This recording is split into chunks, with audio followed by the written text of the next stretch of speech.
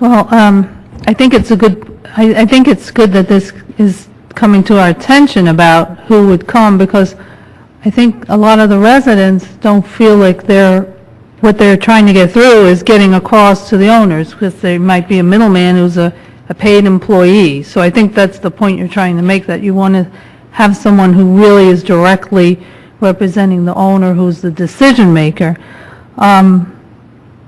I don't know, I have to ask the attorney if we can legally say who would come to such, because I understand the point, and how could we make it work, maybe without being so restricted. You can set those things up as a condition to your short form process. I think at some point you're going to want the flexibility to allow them to send a representative of their choosing, and that might be something you want to delegate to staff, so that staff can be mindful that the more input from the owner as opposed to the manager, why the better off you are. But I think staff generally tries to have somebody knowledgeable at those meetings anyway. You think? Well, I think anything that would add to the communication process, what we're trying to do is get them to talk prior about issues for the first time off-site, so that we're not the venue for the first time that they've come together to talk about issues that could easily be resolved as we're trying to do prior to that in a setting that's more conducive to resolving the issues. My first inclination is to try to define the caliber of people that would be sent to those meetings in terms of having the power to make a decision and make commitments for both sides. But I wonder to what extent that can even be abused. Sending somebody, or the owner himself or herself, or representatives coming and just not making any kind of a commitment at all. I mean, there's all sorts of ways to get around what we're trying to avoid here. I guess what I'll have to look at is when those hearings do come before the Rent Review Board, is the extent to which there has been a rigorous and an honest communication process.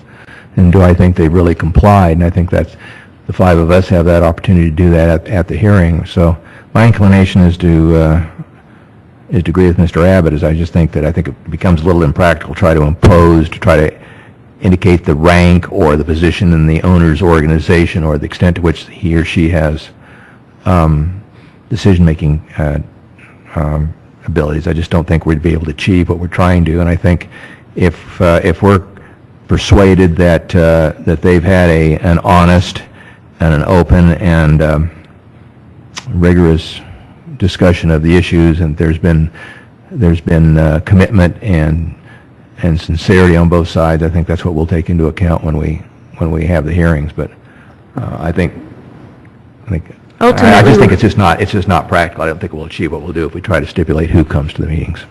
Because ultimately we'll be successful when we build a culture that when the hearing comes to our council, if they haven't had a good dialogue, it won't be successful. I mean, so we will impose that through practice, and the message will be loud and clear. So the piece that we need to talk about, and Olga is suggesting that we make this a part of the administrative guidelines rather than the mobile home guidelines.